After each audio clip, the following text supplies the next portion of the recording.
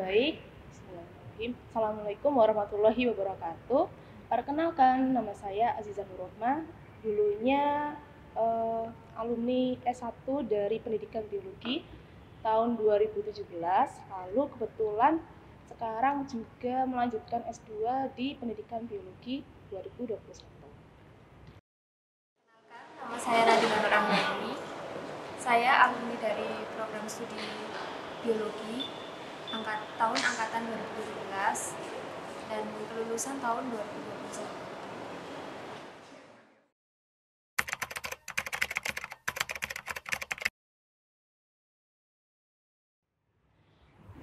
Prosesnya ya relatif ya, ada yang menyenangkan, ada yang menyedihkan juga, ada yang bikin duka. Kalau yang menyenangkan, Mbak itu kebetulan tipe yang suka belajar, jadi fine-fine aja. Kalau misalnya ada tugas ya dikerjakan, kalau misalnya dimarahin dosen ya udah didengarkan aja. Tapi kalau misalnya duka, ada yang benar-benar berkesan. Dukanya itu waktu Mbak mau seminar proposal, itu 1 bulan mau merencanakan seminar proposal itu apa ya, putus gitu. Jadi kan semuanya juga pasti merasakan hal itu, pastinya juga ngedown. Terus butuh waktu 2 bulanan untuk bangkit lagi. Yang bikin Mbak bangkit itu adalah Mbak itu mikir ini sudah semester 8. Kalau misalnya dilanjutkan galaunya, dilanjutkan sedihnya sampai kapan? Karena memang kalau misalnya mau nambah semester untuk semester akhir itu bayarnya cuma setengah. Tapi ya itu juga uang kan. Jadi lebih baik ayo segera diselesaikan, mau jelek mau gimana pun nggak apa-apa, yang penting sudah berprogres. Terus waktu itu juga Mbak langsung mikir nggak apa-apa, setiap hari harus ada progresnya. Mau progresnya kayak nambah 1 paragraf, mau nambahin atau revisi nggak masalah. Yang penting selalu berprogres, terutama di mahasiswa akhir gitu ya. Pastinya banyak masalah nanti. Lebih baik 1 hari 1 progres daripada kalian healing dulu lama terus kalian bingung nanti di akhir-akhirnya. Karena pikirkan lagi, untuk jatah dari S1 itu 4 tahun. Kalau misalnya kalian nambah itu lebih baik nambahnya sedikit aja. Nambahnya di semester antara. Jangan sampai nambah di semester baru. Kalau misalnya memang terpaksa sampai semester baru, lebih baik segera diselesaikan. Karena itu kalau mau nambah lagi itu kan butuh uang. Kondisi kayak gini juga uang nggak bisa masuk dengan lancar gitu. Jadi benar-benar dipikirkan lagi untuk kedepannya kayak gimana. Kalau untuk prosesnya dari saya mulai semester 1 masuk kuliah sampai saya lulus itu, yang pertama saya ceritakan pasti dukanya dulu ya. Kalau untuk masuk di perguruan tinggi itu kan pastinya nggak mudah ya. Biasanya kita akan takut kita masuk apa enggak di universitas yang kita mau. Dulu saya masuk di UM di prodi biologi itu lewat jalur SNMPTN. Pilihan pertama saya itu dahulunya pendidikan biologi. Kemudian yang pilihan kedua baru S1 prodi biologi murni. Kemudian ternyata pas pengumuman SNM itu saya keterimanya di prodi biologi murni. Nah, karena saya nggak ada pilihan lain, jadi saya ambil aja. Karena kan saya sama-sama suka di mata pelajaran biologi. Gitu. Terus untuk dukanya itu mungkin awalnya kaget ya, sistem pembelajarannya yang dari SMA kemudian pindah ke kuliah kan pasti kayak kita itu belajarnya nyari sumber sendiri, nggak kayak di SMA kan udah disediain buku kayak gitu. Mungkin susahnya yang di situ, tapi lama-lama juga udah terbiasa. Kemudian susahnya itu kita kayak disuruh bikin proyek-proyek kecil gitu. Iya. Nah itu yang susah, ngebiasainnya itu yang susah. Tapi juga lama-lama kebiasa karena kan banyak mata kuliah yang tuntutannya harus itu kan di akhir semester kayak gitu. Kemudian sukanya itu banyak teman pastinya ya, banyak kenalan, terus kayak praktikum itu suka, di situ suka, terus apa ya, kemudian yang saya suka itu masuk HMJ itu kan pasti dari kelas pendidikan juga akhirnya kenal kayak gitu, terus suka diskusi bareng kayak kuliahnya kalau anak pendidikan itu kayak gimana gitu, terus suka diskusi masalah praktikum kayak gitu sih. Sukanya kayak gitu.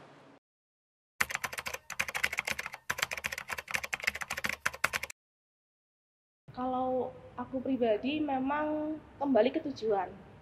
Tujuan kuliah itu apa? Kalau aku kebetulan tujuan kuliahnya pengen banget dan bismillah gitu ya. Jadi guru besar botani. Karena dengan tujuan goals itu harusnya kita berjuang lebih keras lagi. Kita harus berjuang lebih lebih tekun lagi. Soalnya kalau kita nggak punya tujuan, terus kalian selama beberapa semester ini ngapain gitu. Karena pastinya kayak di semester awal-awal 4, 5, 6 atau dari semester 1 sampai semester 8 kalian masih bingung ini tujuannya apa. Kalian berhenti dulu. Kalian merenung selama ini pengennya kayak gimana sih? Kalian kuliah pengen apa? Kalian kuliah pengen dapat apa? Pengen menjadi apa? Kalau misalnya bingung bisa didiskusikan dengan orang tua atau didiskusikan dengan dosen PA. Di sini juga ada dosen PA yang sebagai orang tua di perkuliahan. Sehingga kalau misalnya kalian bingung-bingung, kalian bisa diskusi dengan orang tua, dengan dosen PA tentang tujuan hidup kalian kayak gimana. Kalau bosen itu pasti ya, soalnya kan kita pasti banyak dapat tugas, apalagi anak biologi murni kayak gitu. Ya tips dan triknya itu mungkin kalau kita merasa jenuh itu kita istirahat dulu, kayak mungkin jalan-jalan kayak gitu, terus mungkin beli makan ya kalau saya, terus kayak gitu. Terus kalau untuk mengatasi gimana sih biar nggak terus-terusan jenuh kayak gitu, ya kita kembali lagi ke motivasi kita itu. Waktu pertama kali masuk kuliah kita kan awal-awal kuliah itu kayak aku harus kuliah, nah kayak gitu motivasinya itu kembali lagi. Terus yang pertama sih kayak inget orang tua di rumah gitu loh, orang tua kita itu di rumah itu pengen ngelihat kita itu sukses kayak gitu. Itu sih.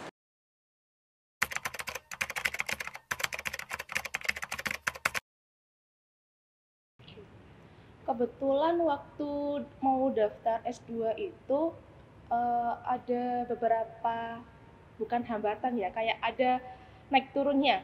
Dulu waktu Mbak sidang kan tadi sudah aku singgung sebentar, putus waktu mau sidang seminar proposal itu kan molor, bikin 2 bulan terbuang. Habis itu aku pribadi ngebut buat mengerjakan bab 4, 5, 6. Lalu ternyata waktu aku kenapa kok ngebut kayak gitu, karena mengejar tanggal terakhir dari gelombang 3 di S2 itu, pendaftaran S2. Tapi ternyata setelah berusaha payah, ternyata waktu itu nggak bisa masuk.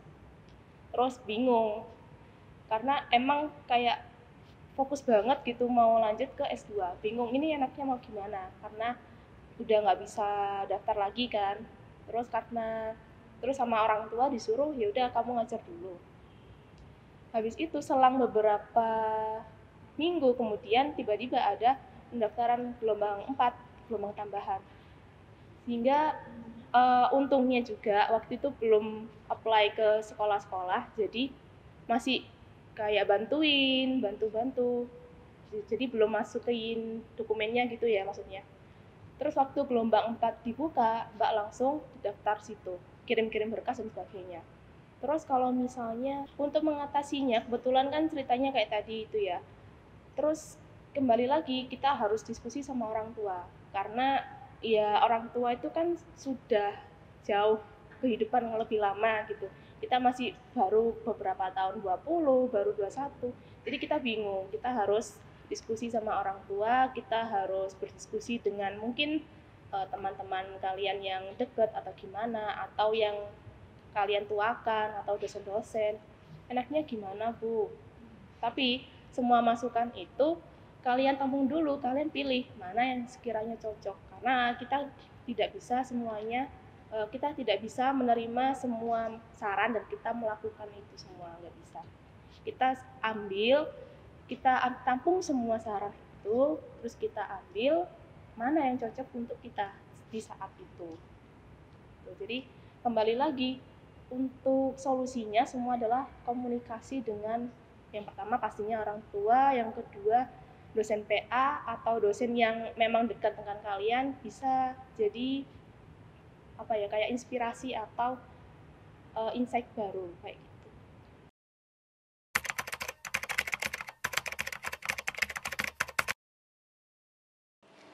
Dulu saya tuh juga nggak tahu awalnya, maksudnya masuk biologi itu, biologi murni itu apa sih background nanti pekerjaannya. Kalau mungkin pendidikan kan pasti jadi guru, mungkin kalau jadi guru itu pasti enak kayak gitu loh, pasti oh jadi guru nanti pasti bisa ikut rekrutmen CPNS kayak gitu, kayak lebih dimudahkan lah. Terus kayak biologi murni itu apa, terus kita semakin tahu dengan tahu kakak tingkat itu kerjanya kakak tingkat, oh ternyata kakak tingkat kita itu keterima di perusahaan A, perusahaan B, perusahaan C. Terus ada juga yang kerjanya itu di luar bidang biologi gitu. Terus semakin bingung lah di situ. Tapi biasanya kalau di biologi itu pasti kayak ada PKL kayak gitu. Itu kan semakin menambah channel kita, pengetahuan channel kita nanti akan kerja di mana. Terus kalau saya sendiri itu awalnya pengennya itu kerja di kayak perusahaan makanan kayak gitu. Terus yang bidangnya itu kayak R&D kayak gitu-gitu. Terus kayak di laboratorium analisis makanannya kayak gitu-gitu. Terus awalnya dulu saya kiranya itu lulusan biologi murni itu bisa kerja di laboratorium rumah sakit sebagai analis laboratorium. Ya mungkin sebenarnya bisa, cuma kalau sepengetahuan saya, kalau di analis laboratorium rumah sakit itu biasanya harus yang punya suratan dari registrasi, yang diminta kan sebenarnya kayak gitu. Memang yang lulusan yang memang benar-benar punya kompetensi kayak misalnya ngambil darah dari pasien kayak gitu-gitu. Terus kayak analisis darah lengkap kayak gitu yang biasanya itu dibutuhin.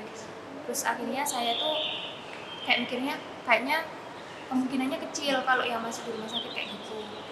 Terus ya udah kepengennya yang di perusahaan aja lah, mungkin perusahaan obat atau perusahaan makanan, analisis lingkungan kayak gitu. Ya udah pernah sih kayak masukin lamaran ke perusahaan-perusahaan yang kayak gitu. Cuma waktu itu karena saya dapat rezekinya, dapat informasinya itu dari kakak tingkat saya. Nah itu saya coba, ternyata saya diterima di laboratorium di SMA negeri. Kemudian saya cobalah di situ. Mungkin ada kayak channel temen yang kayak misalnya ngasih tahu kok ternyata ada informasi loh lowongan pekerjaan di sini. Saya mikirnya kayak gitu. Jadi nggak apa-apa kerja di bidang lain selain biologi. Nah dari situlah mungkin pengalaman lanjut itu pasti akan kita dapat gitu loh. Semakin banyak channel temen yang di lain bidang kita itu pasti kita akan dapat gitu loh, kayak gitu sih.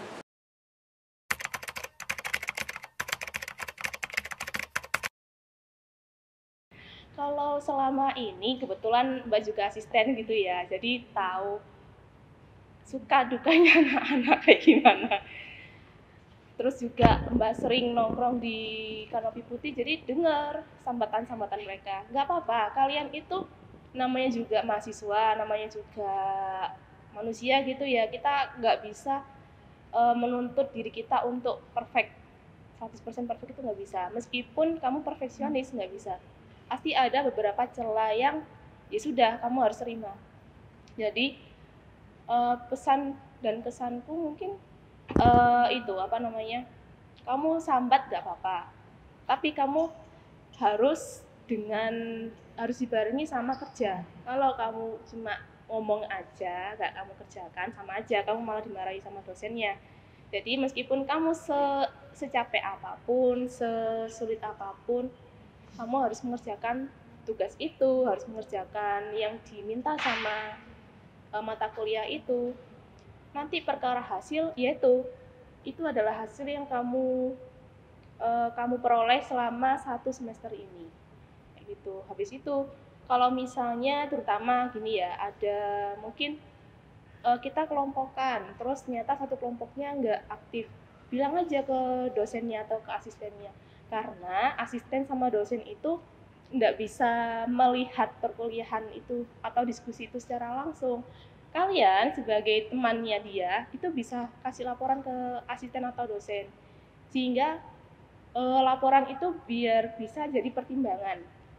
Karena kembali lagi ini udah daring, kita dosen sama asistennya nggak bisa melihat langsung anaknya itu kinerjanya bagus apa enggak. Kalau misalnya nggak bagus, bisa jadi pertimbangan apakah nanti nilainya direndahkan atau ditinggikan. Dan itu juga banyak pertimbangan lainnya. Tuh. Terus jangan lupa jaga kesehatan. Mbak itu juga pernah merasakan kuliah yang ekstrim-ekstrim ya. Jadi meskipun kalian sibuk, kalian harus jaga kesehatan. Kalau kalian sakit, tugasnya nggak bisa dikerjakan, gitu ya. Si kertas sama bolpennya itu nggak bisa berjalan sendiri. Jadi kalian harus jaga kesehatan. Terus kalau misalnya kalian capek, berhenti dulu. Kalian jalan-jalan kemana atau mencari makanan, pastinya nyari makan, udah berhenti dulu 1-2 jam. Habis itu kalau udah membaik, kerja lagi kayak gitu. Jadi nggak perlu monoton mengerjakan semua tuh, nggak. Pastinya ada titik capeknya, ada titik capek, ada titik jenuh. Kalau misalnya kalian udah jenuh, berhenti dulu, berhenti untuk istirahat. Karena kalau kalian berhenti untuk keluar, itu tidak bisa menyelesaikan masalah gitu. Pesan saya sih untuk mahasiswa biologi ya, utamanya biologi murni, jangan pernah jenuh kayak gitu, jangan pernah jenuh sama tugas. Soalnya nanti kalau udah lulus itu pasti kalian itu nggak bakalan lebih jenuh lagi gitu loh. Jenuhnya itu apa ya, kayak tingkatnya itu udah beda lagi gitu loh, beda kehidupan kuliah sama kerja itu pasti jenuhnya itu udah beda kayak gitu. Terus kalau pesan saya juga ada lagi, jangan sering nunda-nunda kerjaan, apalagi tugas praktikum kayak laporan yang dikumpulinnya itu nanti akhir semester. Jangan sampai itu dikerjainnya itu dadakan. Kalau bisa sekarang dikasih tugas, cicil mulai dari saat itu. Jadi nanti kalau ada perbaikan di akhir semester, kalian bisa banyak waktu untuk memperbaiki itu semua kayak gitu. Terus kalau misalkan kalian itu mungkin ada apa kayak tawaran atau misalnya ada dosen yang nawarin ikut proyek-proyek, itu ikut aja biar nambah pengalaman kalian itu di luar kelas biologi kalian kayak gitu. Apalagi kayak berkolaborasi sama anak-anak S2 kayak gitu tuh lebih apa ya, lebih nambah pengalaman gitu loh. Terus untuk masalah nanti karir kalian ke depan itu jangan takut. Pasti kalian semakin mau lulus itu pasti kayak dapet channel-channel, oh ternyata aku tuh bisa kerja di sini loh, bisa ngelamar di sini loh. Terus semakin kalian mau lulus, semakin kalian itu kayak lebih searching ke platform pekerjaan kayak gitu. Pasti banyak lah nanti minatnya, oh ternyata aku itu minatnya nggak di bidang biologi loh, mungkin aku mau coba kerja di bank kayak gitu, mungkin aku mau kerja di perusahaan yang mungkin di luar bidang biologi. Tadi itu adalah sedikit cerita dari Mbak gitu ya, sudut pandang Mbak.